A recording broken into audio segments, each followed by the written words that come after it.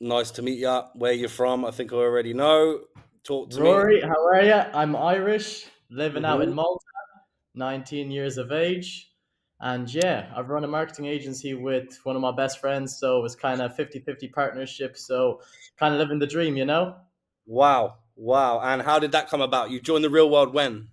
I joined the real world I'd say it's about 2 years ago or so, at the Yeah. kind of very beginning of me starting up the agency. And from the real world is where I kind of been able to garner a bit of the lessons of how to communicate further, how to systemize the business, how to scale it, how to outreach, and kind of even the whole positive mindset around the platform is what kind of pushed me through and kind of got the whole thing going.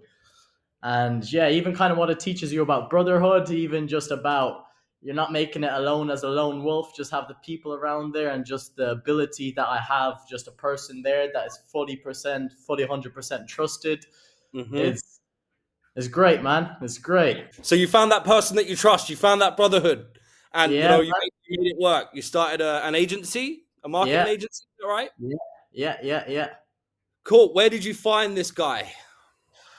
Basically it was a childhood friend from very back in the day. So when I kind of moved over to Malta, I was born and bred in Ireland up till about the age of about 14, and then my mother and myself kind of moved out here, right? Hmm. And here I kind of had the privilege of meeting a very good few individuals. One of them, that rest in peace, his soul passed away now, but was a very first mentor to me, Jay. Jay was from South London, Peckham. So he went from the roads straight to business and kind of did the switch, the switch in the mindset. So he had his Some 20s of in us jail. do that, bro. I've been there. I've been there. So I had all of that synced into me like a literal sponge. He taught me mostly how to make money, what a man needs to do, how you need to act. You need to Yeah. be able to provide for yourself, make your own money. And from there, I started kind of working for him at the age of 14, selling phones. So I'd pretend I'd be going to school, but I really wasn't going to school and I'd be selling phones. I like it. I like it. Yeah. And then from I tell there, you, I like it. what's that? I shouldn't tell you I like it, but I like it. Yeah, Yeah. that's how they're kind of all born, though. You look at the greats; none of them kind of done what they've been told. Everyone kind of went around outside of the lines that they've been given to them. Absolutely. And with Jay, I met Cody, and yeah, ever since then, when I kind of started my agency, Cody was still working a job, and then I kind of came along, and I was like, "Listen, bro, we could do this shit together." Mm. And within about a week or two, he kind of gives me a call and he's like, "Bro, I'm quitting. I'm jumping 2 feet in." And we're like, "Great, let's make this happen." Nice. And yeah, kind of ever since we've managed to accumulate about 55,000 in revenue so far with the agency, and kind of we don't even feel we're 100% there, not even That's close. amazing, G. Yeah, 55,000. yeah, Bro, that's serious numbers, bro.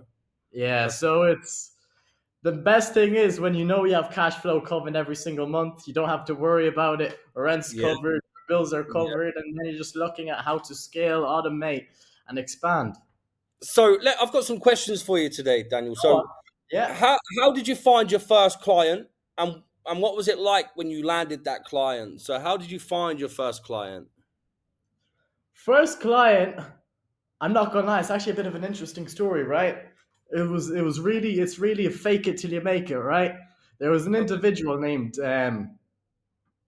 Jeff at the time, right? He had this bakery, and he hasn't seen me in a while. So because I've been back in Ireland, and then I came back to Malta, and this man Jeff was over here, right? Mhm. And I pitched him basically. I was like, "Jeff, yeah, I've been studying marketing. I've been doing this, that, this." And he's like, "Oh, so you've been doing marketing? You've been having clients? Fake it till you make it." So I was like, "Yeah, we have clients. We're doing all this, that." And then he was like, "Okay, I'll try you out for a month. We'll see what you got." And that was the first ever retainer we managed to close. And it was about €350 just for a bit of Instagram management and graphic design, a bit Yeah, of yeah. that. And Amazing. yeah, and that was the first client ever. We managed to maintain him for about 4 to 3 months until he closed his bakery. And then we kind of moved on to other clients. but it's been up and down. Now we kind of managed to find a trajectory where we're always expanding, working on the things that are working, changing the things that aren't. So it's been a journey, man. It's been a journey. And what strategies are most effective in helping you reach, say, where you are today? So, what strategies do you use that you would say are most effective for you? I'm not gonna lie. I've really kind of take the. I really use my natural God gifts, which is the gift of the gab. So for me, is cold calling and meeting people is that's the first kind of thing for me. So if I sit across an individual and you give me 10 minutes with them and I understand what you're doing, it's going to be quite hard for you to say no. So Like, that's where we're kind of at. So it's just cold calls, a bit of ads. I like Um, that. Referrals as well because we do deliver a good service. Most of our clients that are with us now, we kind of have them for long, more than 6 to 7 months now. So the churn rate is even great on that aspect. I love that, bro. I love that. And so, how do you get your cold calls? If you don't mind me asking, how do you generate these cold calls? So there's kind of bunch of softwares that we kind of use to scrape the leads. Or Mhm. I know another individual who's actually in the real world as well. Shout out to Julie, who kind of just scrapes out all the stuff for me. If I need any data or something, I just give him a call and he provides me with a whole Excel of information of any kind of niche, country, industry that I need. So you met Julie inside the real world. No, not inside of the real world, outside of the real world. But then we started talking. He was like, "Oh shit, I'm in the real world too." Oh wow, amazing, Yeah, amazing. yeah. So is there like a campaign or a project that you were like especially proud of, and what made that project successful? I Now I'm would picking say, your brain, aren't I? yeah. I Mm. wouldn't even say kind of project, but what it was, right? It's just even kind of basically there's Shark Tank in Malta, right? You heard of Shark Tank clearly. Shark Tank. Yeah, Yeah. yeah, So there's this thing called Shark Tank Malta where these wealthy kind of rich men are the investors on this show and they run businesses. And there was this business that we were pitching over here, one of the biggest pharmacies, right? And we're in here. It was this big office corporate, and there was this big shark. He was a shark on Shark Tank Malta, and we managed to pitch him. He liked everything. He got through everything, and only afterwards, when we actually pitched him, and he was like, "I like these guys. They know what they're yeah. chatting about." Only after I realized that was a shark that we ended up pitching. So after that was a nice Wow. little, a nice little trophy on the shelf to have. But yeah, then there was kind of even people just hearing about you or speaking about you when you meet someone on the street and they're like, "Oh, ad culture. Oh yeah, I heard about that. Oh, this. Oh yeah, I heard about that." It's just a very nice feeling.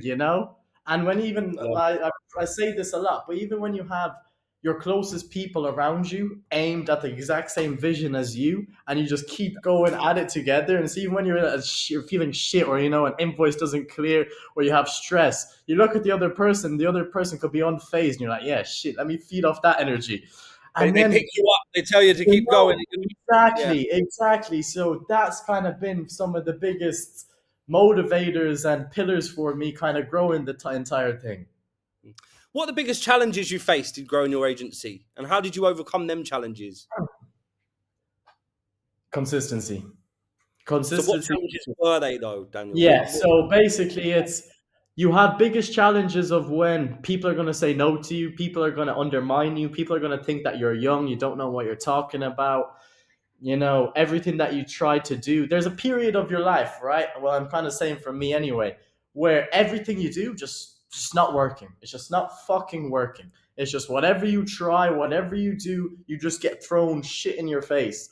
And I'd like to name that as you're under divine pressure to birth something great, character building Yeah, days.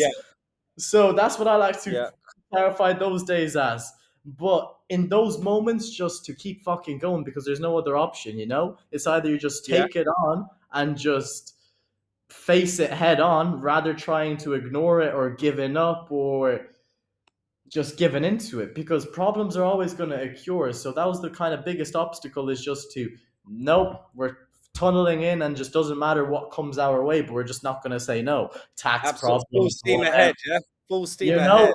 Exactly. So I think that was the biggest issue because at first it was very demotivating, getting told to suck a dick when you're trying to cold call people, trying to pitch them.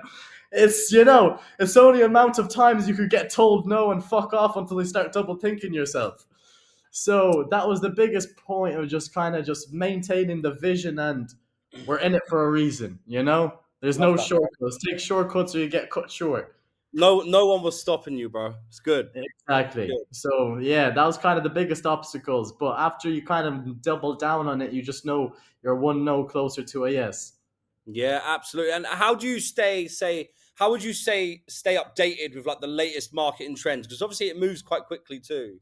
That the real world is G for. It's you have just the AI update chats, you have the marketing update chats, and you just have them coming in on your phone. So you might be just having to drive, and then you see a notification come in on your phone, and then you have some big drop about AI, big about Facebook's new algorithm or their new updates in their ads.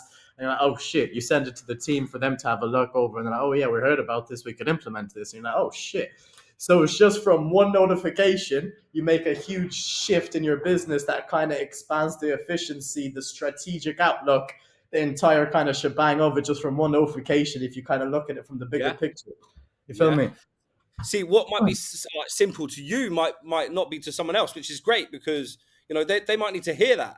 You know. No, completely, completely. It's like it's as simple as just one notification comes off on the phone. You look at it, you're like, oh shit, wow, really, really, really. You start deep and deep and deep in, and then the gears start going in the head. And you start thinking, Yeah. how can I implement this for me? How can I make money off this? How can I add this as a service? And then the gears are just grinding, and then within an hour, you have a fucking money making idea from just a notification. Yeah. Absolutely. What advice would you give to someone if they wanted to start a marketing agency today? What advice would you give a young man like yourself? That's a good question. Believe in it. Believe in Believe what you're doing. believe in what you're doing and just refuse to accept no. It's when you refuse just to accept a reality, your brain and subconsciously goes into other plans. It's like, okay, this individual is just refusing to say no. No matter what you get told, no matter how bad you do, you're like, fuck it, I'll go again. No matter, I'll call another client. I'll find a way. It's that mindset of just refusing to say no is what will power you through to most life diversities if you really think about it, Yeah. especially starting a marketing agency because people like to overcomplicate things. Oh, but I'm too young. Oh, but I don't have enough clients. Oh, I'm going to have to lie. Fuck it. Who cares? Just Yeah. refuse to Yeah. say no. Just find a way, because 100,000 ways exist if you really think about it. But Yeah. it's really how much do you willing to face that no until you get a yes. So for me, it's Yeah. just refuse to a no. Whatever is not your way, just refuse to it at all costs. And you'll be surprised on how far you could get if you just say no, if you just refuse the no you get. Love that. Love that mentality, bro. Love that. And what did you make any mistakes? Is there any mistakes Oh, that I you did, made? I did, I did, I did. I made a shit ton of mistakes in my kind of way. You get your first bit of money, you fall off, you stop making as many calls as you should, you stop putting in all of that fire into the business, you're kind of getting more attention elsewhere, you're Mhm. spending. So really maintaining goals and maintaining a strong vision to like planning, not just Yeah. short-term plans but big-term plans, setting goals for the year, mid-year goals, Absolutely. quarterly Even for goals. the day, right? Even for the day, Exactly, you Mm. exactly that. So it's I believe planning and also really having a concrete plan on what you're doing is very important because you could get very caught up and lost in things. One big invoice clears, the next one clears, you're sitting with a bit of wedge in your account, the guys hit you up. It's you still there's a lot of learning that comes with it, and we're not perfect. You're still young and I still got to No, accept that bro. I'm still dumb in certain aspects. I'm going to fuck up in others, but Yeah. it's just how quick am I able to learn from them and really take them as a lesson, because we all get hit with lessons, but it's how do you look at them? Do you look at them as lessons or, oh, I fucked up, oh, I regret that? No, it just kind of teaches you more on the things you need to do going forward. They're blessings, bro. They're blessings, They teach Exactly you that. what not Exactly to do that. next time. So, and what's like, so how would you differentiate your agency to others? Because it's quite a crowded market. So how would you differentiate your company to, to say someone else's? It's in the name. Add culture. We're our culture, you know. You come with us. We're growth partners, you know. We kind of streamline that whole business for you from A to Z. We're a one-stop shop for all your digital needs. All you have to worry about is checking your appointments in your calendar. And if your team can't do that, you got to replace your team, because that's all we're going to do. We're going to put appointments in your calendar. If your team can't just check the calendars, you need to change up your team. It's amazing, So we man. just let them know that working with us, you just have to check your calendars. That's it. I And love your that. I love that calendars. word culture as well. It's a good choice of wordplay there. I've only got a couple more questions for you. So, what's the most valuable lesson you've learned from working with clients? What's the most valuable lesson you've learned with working, with specific people? Just be willing to drive results. You're not results, sorry, value. It's if your client signs on for Facebook, for example, Facebook management or Instagram management, social media management, right? And you see that there's issues where it's going to be a very minor fix for you, and minor headache for you, and minor workload for you, but for a client it seems like a lot because he's not technical in it. Go out of your way and just give it to them, you know. For you it's Yeah, something little, but if the way you kind of wrap it and present it to them, you could seem like a very authoritative figure for them and their business, you know. It's really how you position yeah, yourself in providing value, as being as a person of authority and a person of expertise, you know.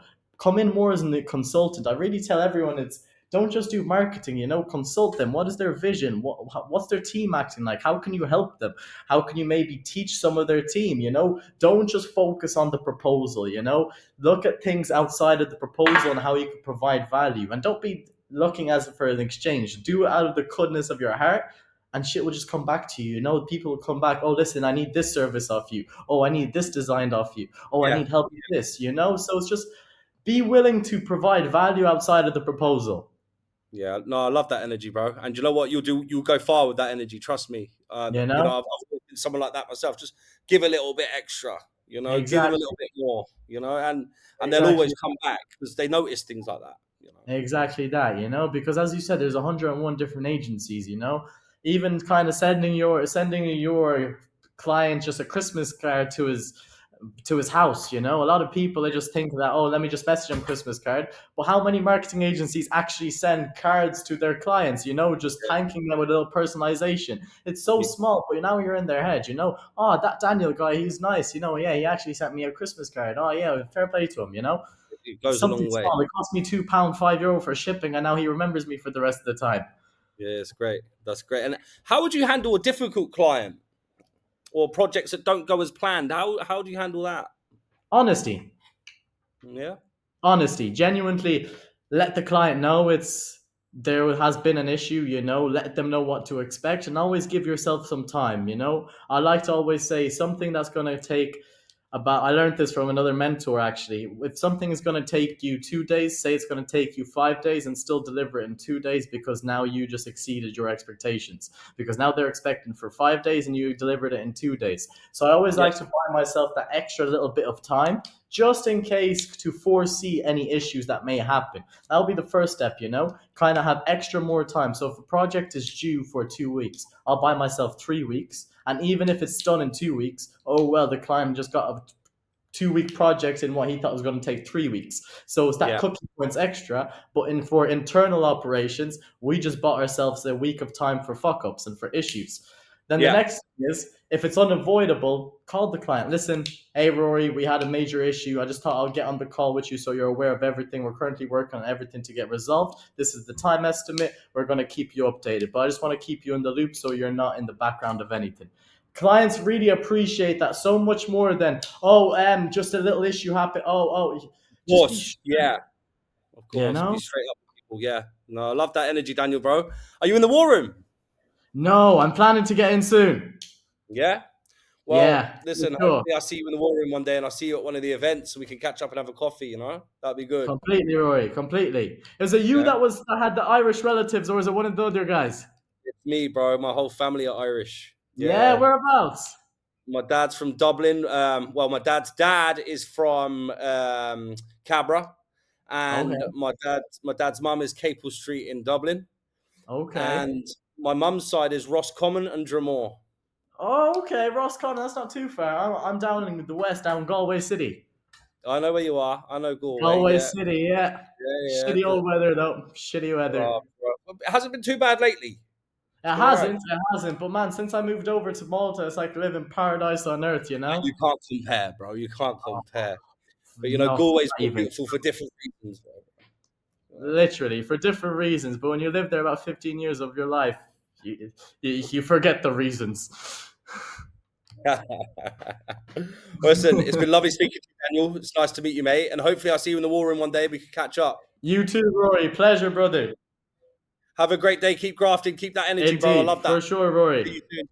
See you soon, brother. Bye, mate. Bye. You too. Have a good one, brother.